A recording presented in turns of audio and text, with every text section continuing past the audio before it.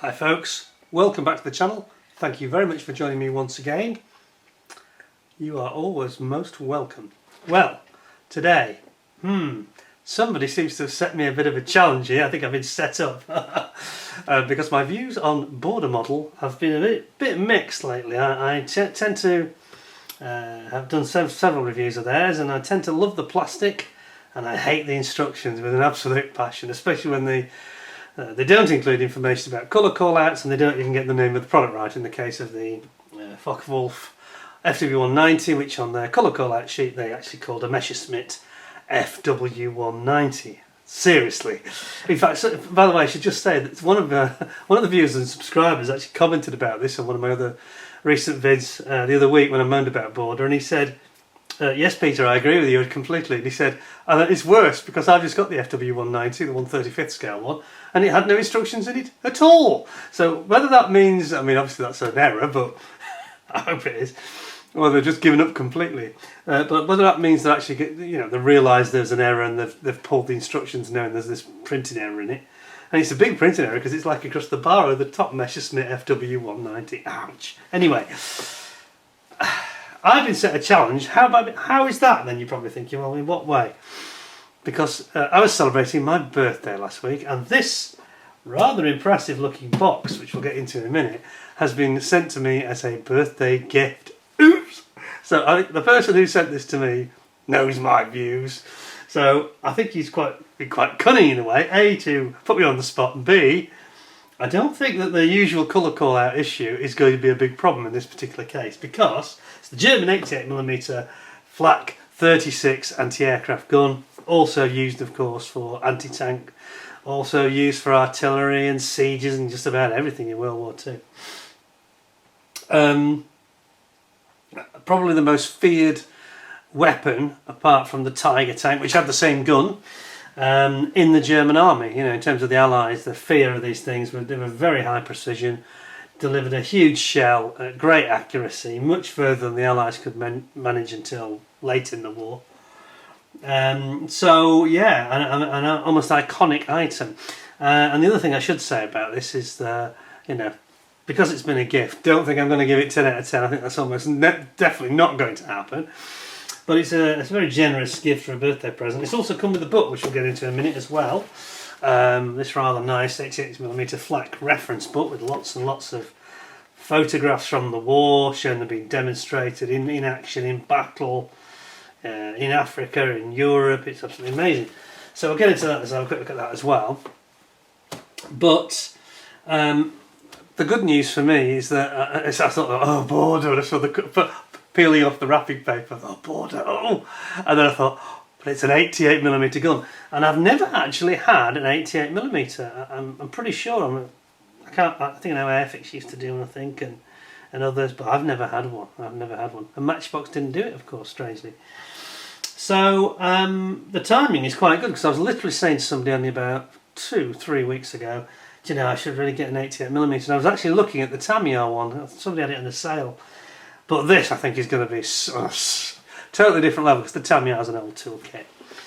So this, I think, is going to be on a completely different level. So anyway, let's get into it. I'll try and keep an open mind, because that's very important. I'm not going to be swayed by it being a gift, but I mustn't be, discriminatory against it because it's border either.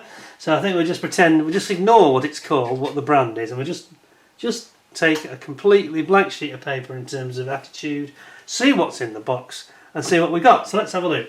So I'm going to zoom you in and let you have another look at this artwork. Now, first of all, the most impressive thing of all, it's a metal tin. It's like a biscuit tin. Look at this. Isn't this nice? So on the front we've got some typical Jason, which is the guy that does the artwork, and he actually does some of the. It says the accessories are designed and sculpted by Jason Studios. So obviously this Jason isn't just a person, but he's obviously a business that does all sorts of sculpting. So that bodes well, because his artwork is always fantastic. But let's have a look on the side here. What have we got? You can see it's a metal tin. There we go. So we shouldn't have too much trouble getting into it. So it says German 88mm Flak gun 36. 36 was the year it designed, of course. Unidentified Eastern Front unit 1942 to 43. Then we've got one with a little bit, so that's basically the winter camo. And then we've got it with the winter camo and a bit more camo added, with a bit of grey and a bit of There's a bit of yellowy brown coming in there, again unidentified. And then we've got it again unidentified, but this time it's on its tractor unit. And it's got a whole lot more camo on that version. Opposite side, well, it's this sort of 3D rendering images which I'm not very keen on, but that said, Border are one of the better people in terms of the way it's portrayed. It's quite accurate looking, I think. And then you've got the whole crew comes with this, and some shells and all sorts of things, so it's going to be quite exciting. And then on the back, which I didn't even notice straight away, if I'm honest, because I wasn't expecting it, you've got histories written on the back. So it says, it's got some nice photos in action. And don't forget, when you see a ring on the barrel, that denotes that that denotes usually a tank kill, to be honest. So let's see what it says. So it's got here, the 88mm gun was known not only for its anti-aircraft performance, but it's shone because of its versatility, especially in the anti-tank capability.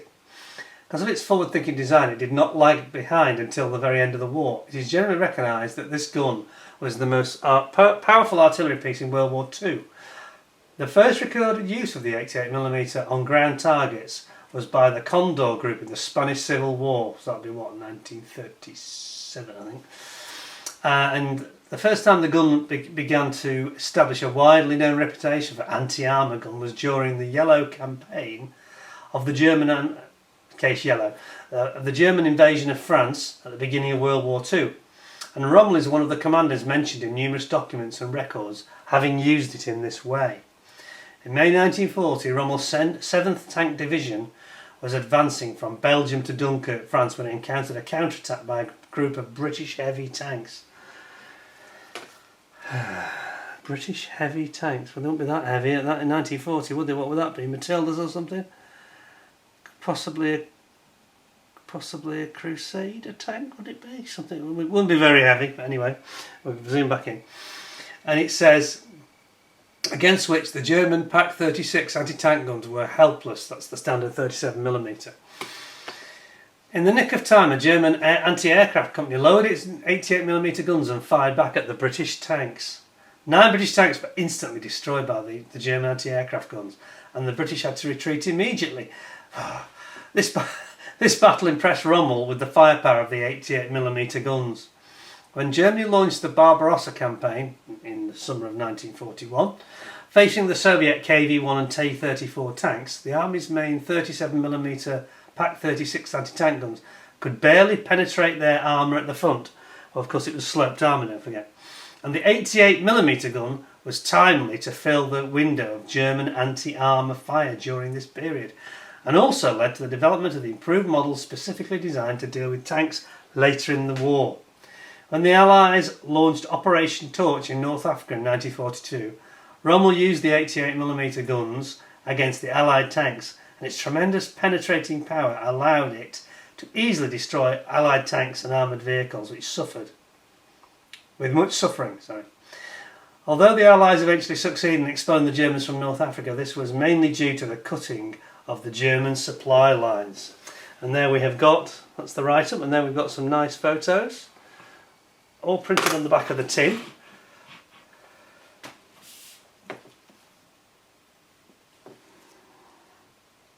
That is quite an impressive way to actually pack a model.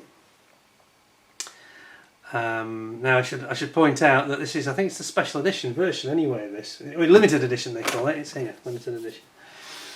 And it's, does it say how many parts there are? I've got a feeling there's going to be a lot actually. I've just got that feeling. It doesn't actually say here. Anyway, without further ado, let's open the biscuit tin and let's get into it. I probably will put the biscuits in this afterwards. Really nice that, isn't it? What a work of art. Metal, fantastic. Right, we'll pop that over there, just out of the way. Oh, we've got some bubble wrap, okay. Then, we'll have a look at the book separately, I think, at the end.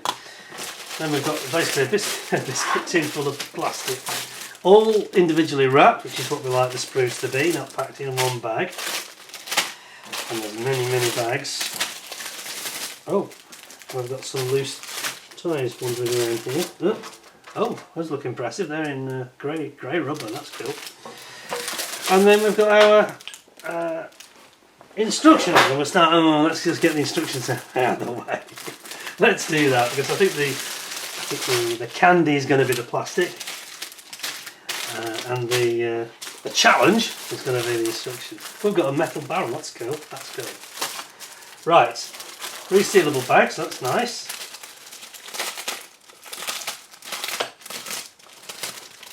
It's nice to get things like this for your birthday, especially when you haven't got something like, say, I don't know if you knew I hadn't got an 88mm, I never had one, but it's a great choice, I have to say. So I'm probably going to build this.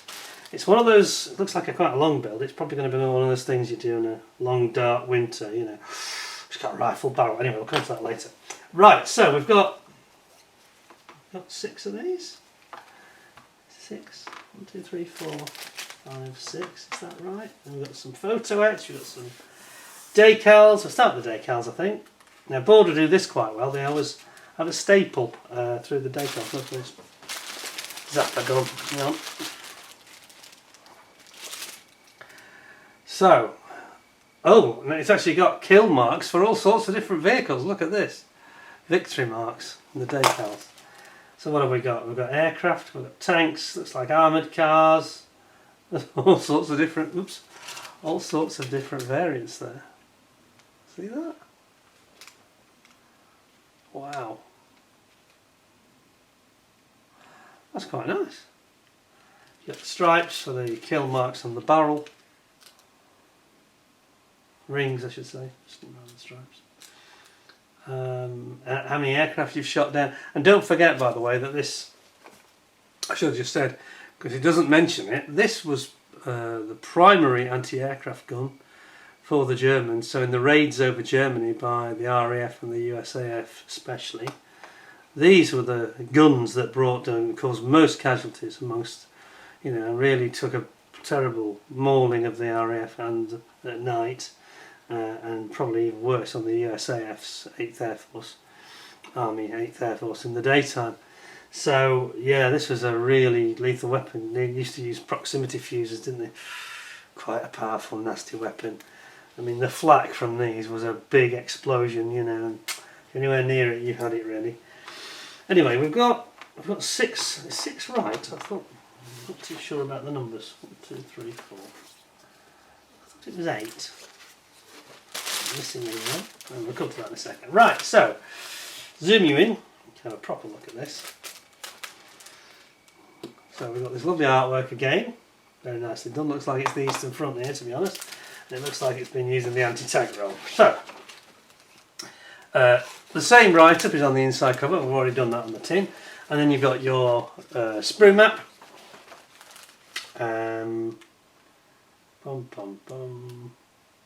It seems to say that there are 4. It seems to say that there are 4 tyres, but we've got 6. They're very odd. Anyway, I'll come to that. Later. So, now bear in mind my criticism of Border. Don't expect any colour call-outs here, because there won't be any. Anyway, so first of all, it's your basically your tractor stroke bogie. I don't know what you want to call it really, but the wheels assembly with the axles and suspension. Going to build that up. It looks like quite a detailed moulding. I'm not going to try and even begin to name what all these parts are, because there's so many tiny parts and brackets. And, it's quite a busy kit. Just going to see. Does it actually say the number of parts? I don't think they give you that sort of data in Border, do they?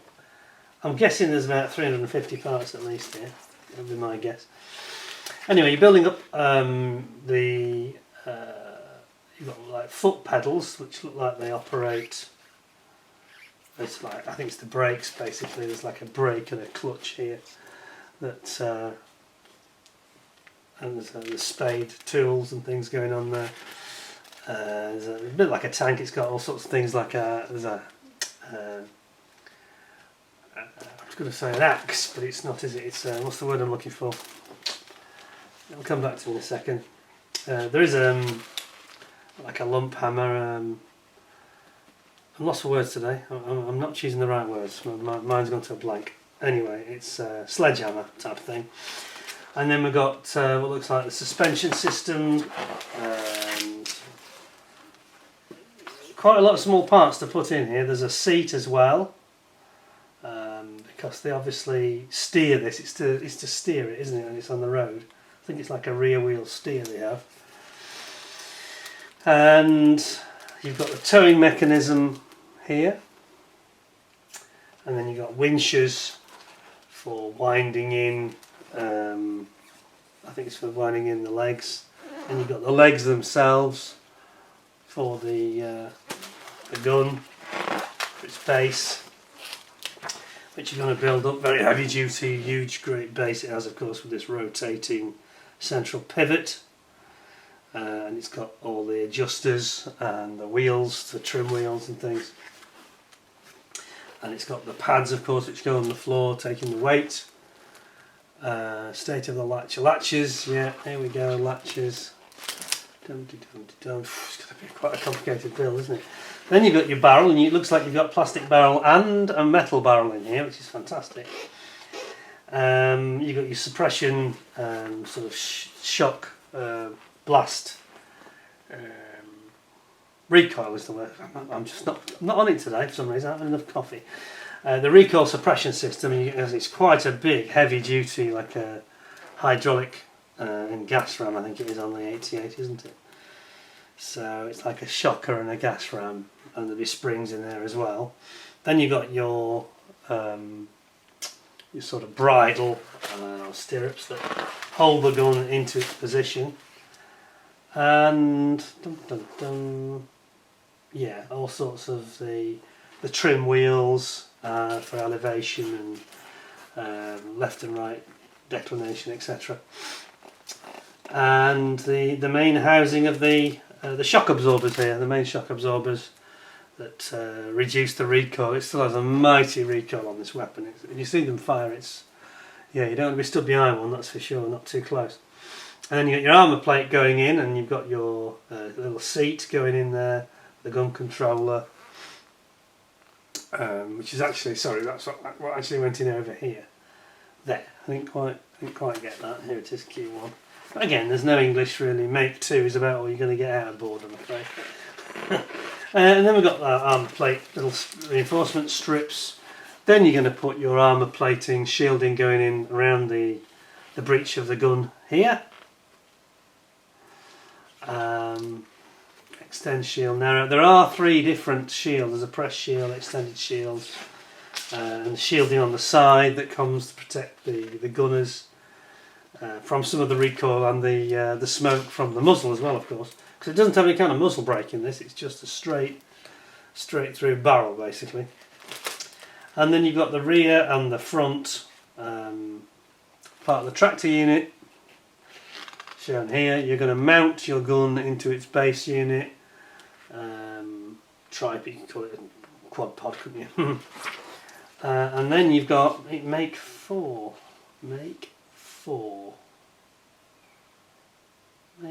But in this kit I only see 6 of those. This is what worried me a little bit. I'll have to check. There's only 4 in the kit. 6, I mean. 6 tyres. What's 3, 4, 5, 6? Definitely. There's 4 in the packet and 2 outside the packet. So I'm not sure what's happened there. And then we've got our figures, which are coloured rather oddly. It has to be said. We've got ammunition boxes. That's very cool. Here. Then you've got your various loaders and gunners here. You've got your guy who's doing the range finding and sighting. Loader man here. Quite well, we have to have them in these rather bizarre colours. He's very unusual, but anyway, there we go. And then you've got the guy that's sitting. He's the one that's aiming the gun itself. And then you've got what looks like the spotter here. And then, and yes, they've got the right name this time. They haven't called it, a British 17-pounder or something. So we've got the different colour call-outs, all with MIG ammo, which is a little bit unfortunate, but that's what Boyle do every time, of course. And there we go. So, and we know that these are all on the eastern front, as it happens. They're giving you the options of. But in terms of the colours, it's very helpful to see it done that way. Right, okay, so the elephant in the room for me with this one is we do look like we might have a couple of the tyres missing, because there's only 6 in the box. And as I say, 2 were loose and 4 were in the bag, so something rather odd has gone on there. make 4. Yeah, they are a double. Each one is a double, so there should be 8, not 6. Anyway, we'll take that up. See if we can get that to the supplier. Maybe. But hopefully the other kits that you buy will not have that problem. So that's our rather nice instructions. I'm going to pop that in there, like so.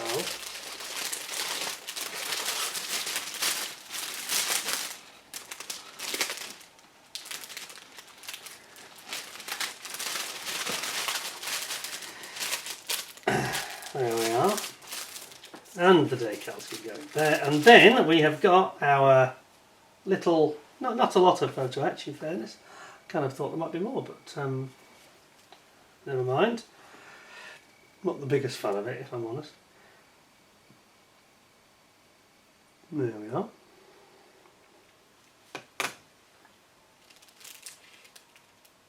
And I've just realised it's the back of the shells. Most of them are just the striker plate at the back of the shell. That's what they are. Then we have this rather nice looking metal barrel. Now check this out. Can you see the rifling? Got that? See if we can get a bit closer. There we go. Rifled barrel. Turn it around so you can see it. Very, very nice. And then the detail on the barrel is very nicely done indeed. A really nice turned metal barrel, nothing wrong with that, that's lovely. Beautiful thing.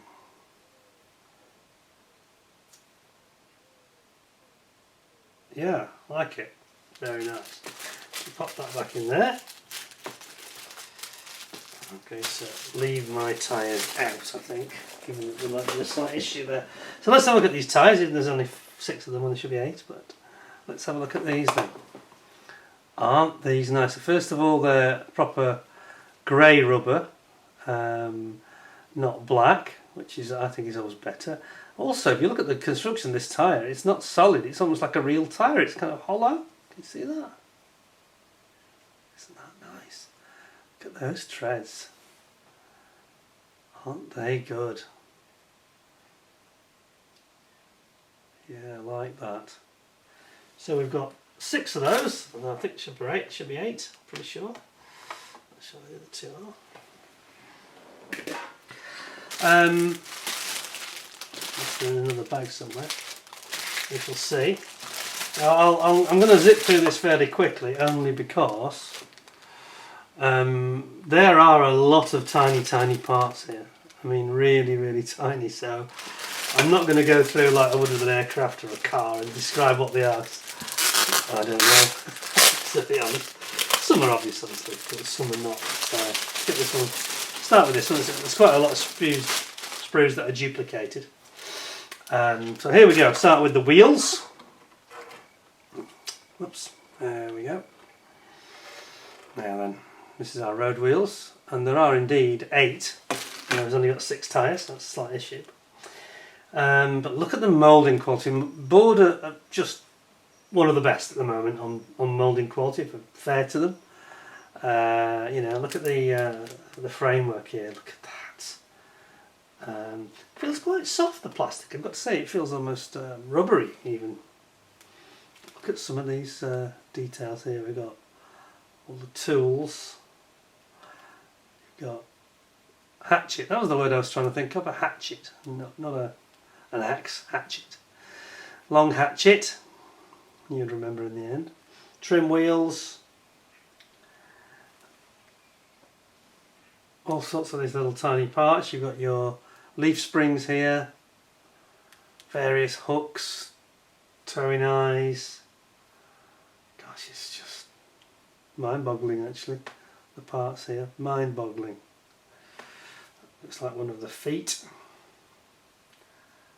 And then again you've got some really fine stuff going on. Look at that. Lovely plastic. Like it. Like it, like it. I think the only downside to something like this, and this is typical of quite a lot of kits now, is the complexity and the build time is going to be quite quite high. Somebody said recently, I think it was on the Revell show when I was doing my critique of Revell, and somebody said, which I understand, he said, I don't want to have a gecko kit that's got millions of parts, you know, it's going to take me 2 or 3 months. He said, I just want to build something in 2 or 3 days, really. And I understand that, I do. But obviously some of these kits like Great Wall Hobby and A&K and Border and others, Hong Kong model, they do have quite a high part count. Right, here we have got 2, is the third one somewhere? What will 3? No, maybe not. 2, oh yes, there is a third one, it's on another sprue.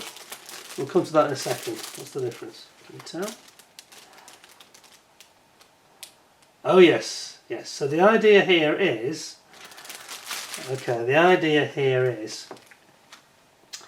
they have this shielding, armour shielding, and it's all about the opening. So the opening here is basically typical for the anti-aircraft model, because the opening is to elevate the gun is up above. The aperture here is above.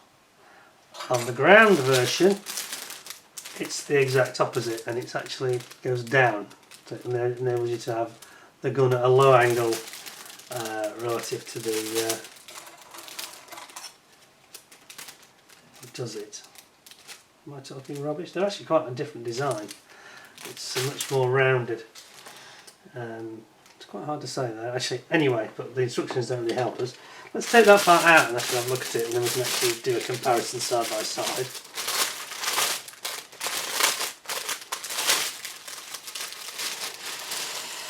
Oh, that's quite a wobbly piece. So yeah, so you can see here it's got this different design. It's not as sharp edged. Can you see that? So yeah, basically I think that's the other alternative version. So it's got a slightly different, much straighter aperture here. Sorry, aperture there is straight, whereas on these it has this cut out. For different optical instruments, I think that's part of the barrel, on top of the barrel.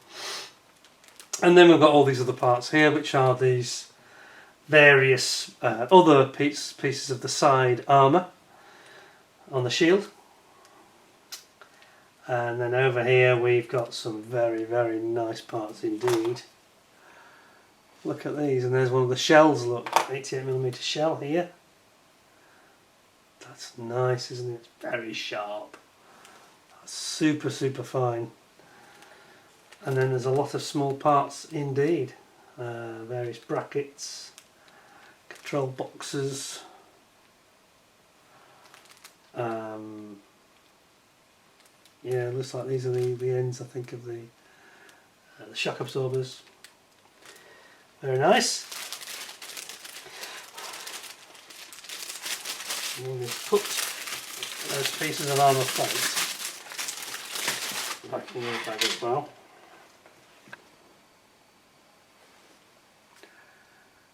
There we go. Don't need to be looking at the green screen too much again.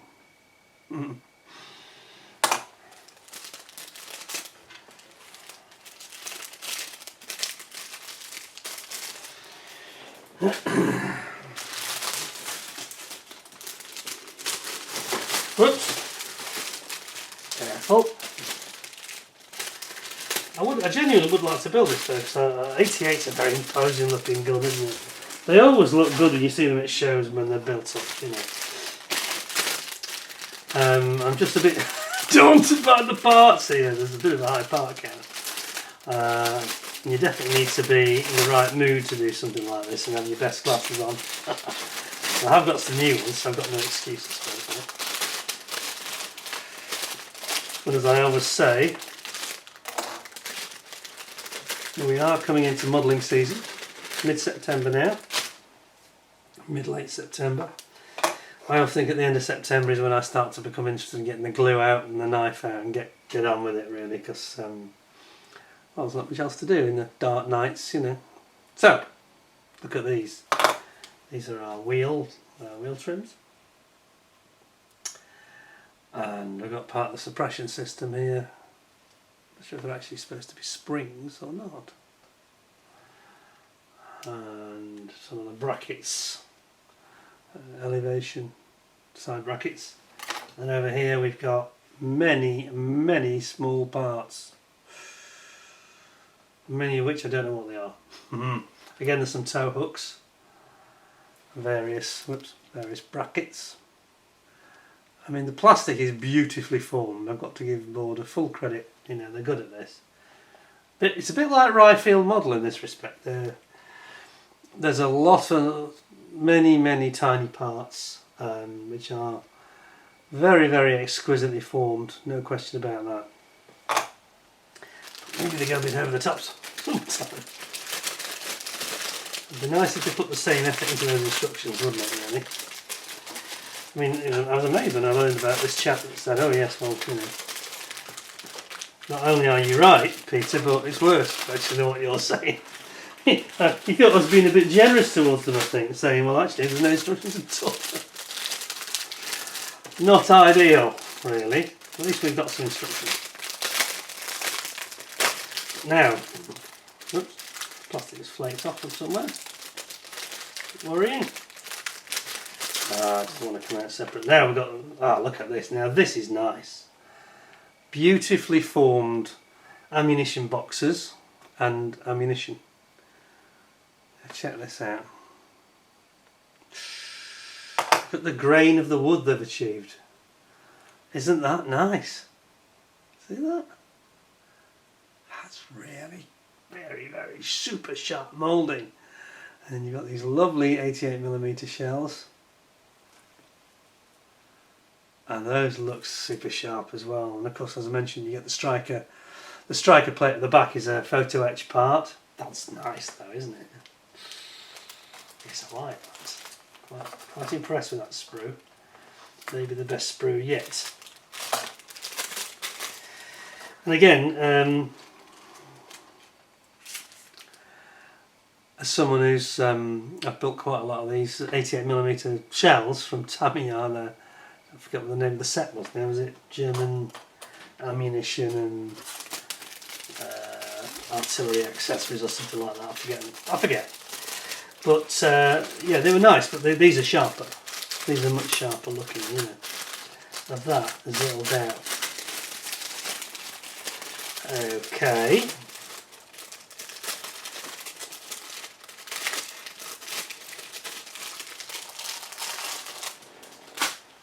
So, now we get some really interesting parts of the mud guards and parts of the chassis. Oh, look at this, this is absolutely nailing it, look at this. Exquisite moulding here. And they're very good at doing it without flash, not even a hint of it. Look at this.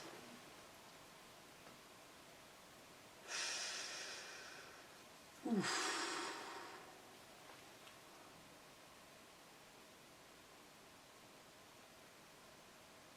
Isn't that nice? Two of those. They're identical? Yes they are. Yes they are. That's beautiful. Then we've got these little teensy weensy sprues with trim wheels for elevation and elevation, declination, and again my English seems to have just forsaken me today. Side to side. What am I saying? I'm not a drink either, honest. Not at all. Only coffee. And then we've got these little brackets. Those are nice as well. Lots of tiny parts in that bag. Many multiples of the same things.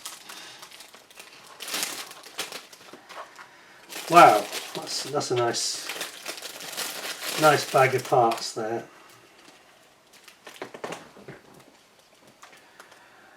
Just having a bit of sluggishness with the camera today. By the way, our weather's gone very strange in the UK. It's been really wet, then it's gone really nice and very crisp and bright and blue skies, sunshine. And as I speak to you at the weekend, it's going off again. It's getting really sort of humid feeling and a bit clammy and not great. Have you seen this one already or not? No, we haven't. This one has got the feet I can't wait to get the figures. I'm going to do those last because I think they're going to be amazing. Even from this distance, they look really good. And these are designed by this Jason guy and his company. So here we've got a lot of the like legs and various parts of the support structure and the clamps and the recoil suppression system, and then again we've got many tiny parts. So starting at this end, you've got a barrel latch there, and you've got all sorts of little tiny gizmos, and I don't know what they are. There's just so many parts. Again, this is what frustrates me. I'm going to have a little rant here actually, because this is what I said in one of the ICM kits. I know it was the Tahe helicopter, which is the big 35th scale helicopter, which was fantastic. But I did complain about all the many sub-assemblies. The instructions were very clear in the ICM kit, but my only complaint was that they were not telling you what all these sub-assemblies were. So you don't learn much. You're building, sticking parts together, but you're not being told what they are. So the learning element is reduced. Now here it's even worse because there's nothing in the instructions telling you what any of this is. Yeah. Now if this was Tamiya and some others, Zokimura, they would be saying, oh, now you're building the elevation mechanism, or now you're building the sighting system, or what. But this is just parts. It's just numbers going together, and the educational element. You're being robbed of it, really. And it's not just Border. I'm not picking on this kit or on Border particularly, but Great Wall Hobby the same. Hong Kong models the same. I think that in the next 12 months we need to see this improving a lot. I mean, I said I'm not buying Border. I didn't buy this. It's been very generously given to me, and it's beautiful. The plastic is just exquisite. I mean, the plastic on this is 10 out of 10. But they're just falling at the easiest thing of all, really. Much easier than moulding this incredibly finessed, hundreds of parts. Much easier, with good diagrams and a bit of research to just say what they are. I mean, there's plenty of museums that will tell you that no, it's not hard. It's not hard. But for us, the modeller, to research every component and multiply that by all the modellers who might buy the kit worldwide, it's very frustrating, isn't it? It's just stupid, frankly. And as I say, it's not just this kit. It's not just this manufacturer.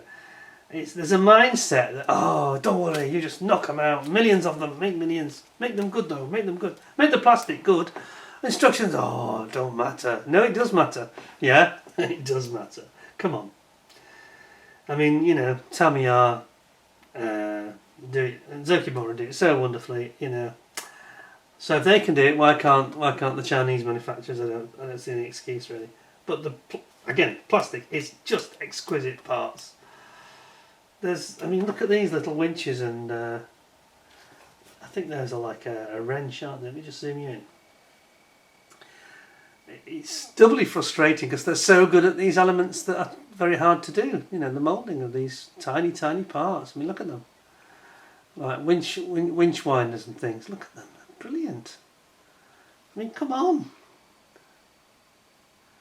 It's a bit like, here's an analogy for you. It's a bit like turning up at school or college or university and you've got this huge exam, and you do this exam and you basically give a performance on science, for example, in a critical, perhaps A levels as we have in the UK, and basically you're like Stephen Hawking, but you don't bother to write the address, you don't write the date or your name at the top of the paper. That's kind of what these manufacturers are doing. Yeah, all the really hard stuff they're doing superbly, but they're ruining it. They're spoiling the whole effect because they leave you completely in the dark on the data. And it's information you need when you've got a complicated machine like this huge and very impressive 88mm gun. So, this is the last of the gun part itself. Huge sprue, this one. And this, this has also got the optional gun barrel, which is in 3 pieces, I think. Check this out. again, the moulding is just sublime. It's exquisite. Look at it. There's nothing wrong with their plastic. Look at the fineness of the accuracy of their moulding. Look at the lack of any flaws or flash or even ejector pins. I mean, it's almost like perfection, really, isn't it?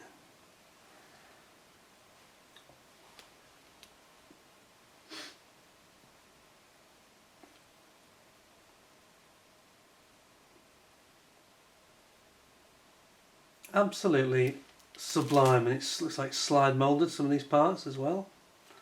This is part of the base where the pivot system is for traversing the gun, and then you've got, again, lots and lots of small parts that don't know what they are because they don't tell you. It's a bit frustrating. There's the seat. That's the very rudimentary seat that the gunner sits in. What's the aim, I think, isn't it? The guy does the final aiming control, and then you've got all of these lovely pieces, so beautifully moulded. Here we've got some beautiful slide moulding here. That's the recoil suppression system, shocks system, and there's some other parts of it. So I think these two are the internal, these two are the external, so it's like male and female, you know. But again, look at the slide moulding. Isn't that nice? That's bloody gorgeous, that is. That's really fantastic. And then you've got your base mount here that it's going to pivot on. And, you know, it's just lovely, isn't it? Absolutely lovely plastic. It's just so fantastic, you know. I mean, I wish these guys had come to Telford. We could all give them a bit of a slap. Say, look, you've done the hard part. Do the easy part right. What's wrong with you? I mean, at least, like I said earlier, with one of these, you don't have to worry about, it's not like an aircraft cockpit where you've got a lot of fairly critical parts that might be seen, certainly at some scales, bigger scales like 32nd, 35th, where they don't tell you what the colours are. This is going to be the white, basically, or grey with a little bit of camo splattered on the front. It's not very critical at all. So, for me, my sort of irritation, not just because it's a gift, this one, but it can be ignored because it's not that critical. Oh! Okay! All is well, we've just found the other two. This is very strange. These are the two missing tyres that I've been complaining about that weren't in the kit. So they are here, they've just got themselves, somehow they've got loose and they've got themselves stuck in another bag. So it looks like we're in the clear. All is well. So our tyres are in fact present. So we can make up the kit, there's nothing missing, and it's all good. And there you are, that gives you the idea of what it will look like when they're side by side as a double. So that's great news, I'm pleased about that. There's nothing worse than if somebody's gone to great trouble, and not to mention expense, because I don't know the actual price of this, but I'm pretty sure it's over £70 and maybe then some. Not a cheap kit, very generously given. There's nothing worse than going back to somebody saying, oh, there's some bits missing. It's embarrassing, and it just looks to me like they haven't bagged it properly at border, and it's sort of got loose. A couple of those have got out and escaped. Right, now this is the bit I've been looking forward to. This is the final sprue. It's the figures. Now, some of you will be thinking, oh, I don't do figures. Ooh, no, stop that. Okay, stop it. You can do them. You can do them. You know, the heads are only the size of a pea, not even that big. Half a pea. Half of a pea that you would eat. So, don't worry about it. Just get some paint on them, and don't worry about eyes and all that nonsense. Just slap some basic paint job on them. Get flesh coloured, bit of pink around the eyes and the lips and the ears. Don't worry about your eyes too much. But look at these. So we've got here, we've got the legs. And these are nice figures actually. These are a little bit like ICM. We've got the snow type hat where they basically put a cover over the standard hat, like a white camo cover, and it's just very frilly looking. Can you see that? Quite funny. Gives it quite a frilly appearance. Got his binoculars here. That's cool. And then we've got a second man. Where's his face? Let's have a look at his face. See if we can get that. There we go. Yeah, the camera actually recognises it as a face as well. So that's his face. Then we've got our second man here, and I think this is the aimer because he's sort of hunched over. Whoops. Where are we? Just above my.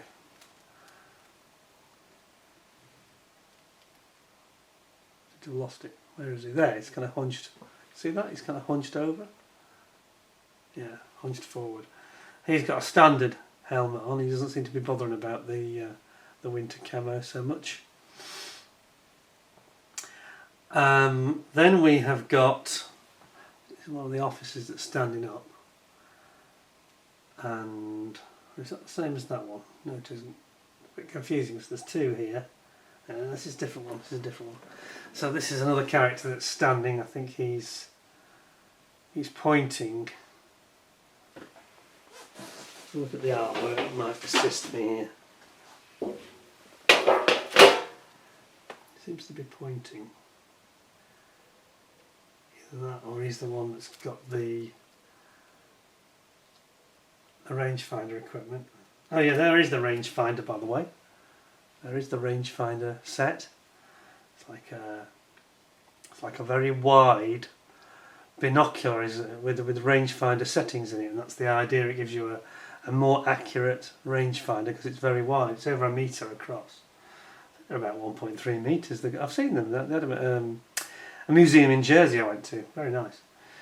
And then again we've got our little frilly hat. And you can see he's got his hands here. You see the hands? Those are nice, aren't they? These are very finely moulded, I've got to say.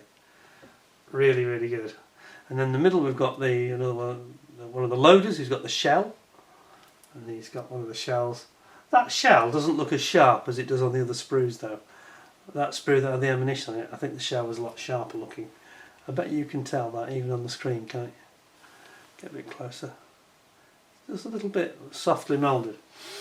And then we've got so 1, 2, 3, 4, 5, 6. It's quite difficult to see again because they haven't made it all that clear. It's quite difficult to see exactly what each guy's doing. So he's obviously a loader. Yeah, this guy is clearly the spotter because I mentioned we've got the rangefinder at the end. So he's the rangefinder guy. But they're just nice, aren't they? And they've got all these little faces. Where are we? Lost it. Lost him. Has his face gone?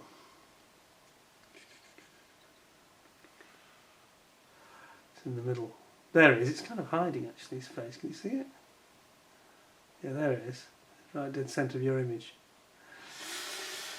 They're really nice though, you know, and they've got all these wonderful creases in their tunics and things. And if you look at it on this side, for example, look at the detail there. All the straps and the creasing in the tunic. And as I say, you've got him. Look at the hands at the bottom, pointing. One's like a palm outstretched. One's pointing. I think that's the officer. Very, very nice, and they've sort of managed to get it all on one great big sprue, all 6 of them. Really, really good. So, where am I at with this one then? I think you know exactly where this is going to go, don't you? Inevitably, the plastic is flawless. Really flawless.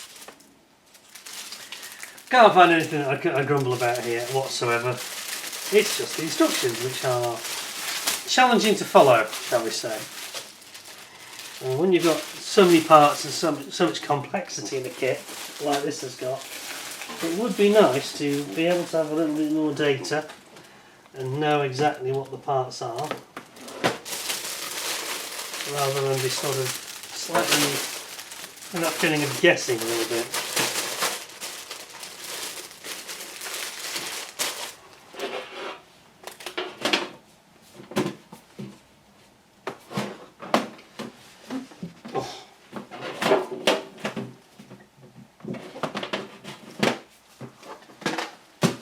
Beautiful box though, and you can use that for all sorts of things afterwards, couldn't you? You can put biscuits in it, you can put your paints in it. It's big enough to put quite a lot of paints in it actually. I might actually use it for that, I don't know. But a beautiful gift. Thank you very much to the person who gave it me. I think it's a classic 9.5 out of 10 because it's 10 out of 10 the plastic, and the instructions just let it down that little bit, don't they? They always do with Border, I'm afraid. Quite a complicated long build to do it, and you need a lot of patience, but at least the painting of it is going to be, frankly, a doddle. It's all about the weathering on something like that, isn't it, really? You're just going to splat it up with white and then, you know, do some weathering, put some other browns on there and a bit of mud, and Bob's your uncle, really. It's the job done, isn't it? Anyway, so it's 9.5 out of 10 on the kit. Thank you very much to the person who gave me that. Nice to have something different there, especially with this tin. I like that. Presentation's brilliant. I mean, it would have been 9 out of 10 probably, but the tin, it just moves it forward that extra half. Now, I want to talk about this book, which is also provided, which is very nice. And this is very interesting because it talks about the 88mm flak in the First and Second World Wars. Now, this is quite interesting because they did use the basic version of this back in World War One. It wasn't quite the same suppression system, and the targeting and all that stuff was quite a bit different. But just have a look at this image here. Whoops. Look at that. It's like a very rudimentary version of what comes later. Of course, this was made by Krupp, the German engineering and steel company. And there it is on a trailer. And it says that came into service 1916 October. So that's amazing. I didn't know that. And there's various images of it, the early version of it, look. So the forerunner of what we come to know in the Second World War. There again on a sort of a mobile, self-propelled, self-transporting system. Yeah, and there's pictures of it being hauled down hills and all sorts of things. So quite a lot of detail. Already I'm impressed because this is telling me stuff that I just didn't know. Perhaps I'm a bit ignorant on the subject, but as I said, I've never really had an 88mm before. But that's now fixed, and of course these are used extensively at Stalingrad and Battle of Kursk and all over the place. The Maginot Line, this is where they've penetrated the defences of the Maginot Line. Well, they didn't have a chance, did they? Can you imagine being in that pillbox there, that turret? Blown to bits, quite frankly. You've got no chance. To be lumps of that internal structure just all over you and bits of shrapnel. Ugh, doesn't bear thinking about the effect of it all. And then it goes into showing them in the anti-aircraft role. A really good book, some really excellent photos. And they've got a sledgehammer, driving stakes into the ground with a sledgehammer. So, a very comprehensive book. It shows them on railway carriages, it shows them being used for defence around the ports, all sorts of stuff. I mean, they were used at the Battle of Arnhem, they were used throughout the entire Second World War. But that is a really nice book. I won't give it a rating out of 10 because I haven't read it, I haven't had a chance to read it yet, but all the indications are that that's a bit of a must-have, and it goes beautifully with the kit, doesn't it? So thank you to the person who gave me that. I can certainly recommend it for what I've seen so far. And there we have it, something a bit different for you. Something I didn't anticipate, but it's a really nice kit, and you can't beat an 88mm. It's got such presence. It's like a tiger, isn't it? It's got such presence and such an iconic looking weapon. So I will try and get that built. Yeah, I'm trying to jiggle around my cabinets at the moment, trying to create new space by getting rid of some of the old stuff, I suppose. Some of the less impressive kits that are not worthy of me, you might say. I'm sure we all do it, don't we? But anyway, I'm going to try and, in my mind, make a slot for that. The only thing holding me back is it does look like it'd be a bit of a slog, because there's a lot. The painting element of it would be nice and easy. It's just quite a lot of building to do, you know. A lot of fiddly parts, a lot of detail, But I'd like it to be in my cabinet. I think it would look rather handsome in there. So, thanks to the person who sent it to me. Thank you for you all for watching. I hope you found that interesting. If you do want a very detailed and accurate looking 88, I don't think you can go much better than this. I think it's a different level to the Tamiya one, but it's a lot more expensive, of course. So give it some thought and see what you think. And in the meantime, thank you very much for watching. We'll soon be having some more interesting stuff coming up in the not too distant future. In the meantime, don't forget to subscribe if you haven't already. Ding the notification bell and make sure you get the ding the all option, and you should get early warning of any upcoming vids from me. And until next time, thank you all very much for watching. Please take care of yourselves. Thanks a lot, and bye for now.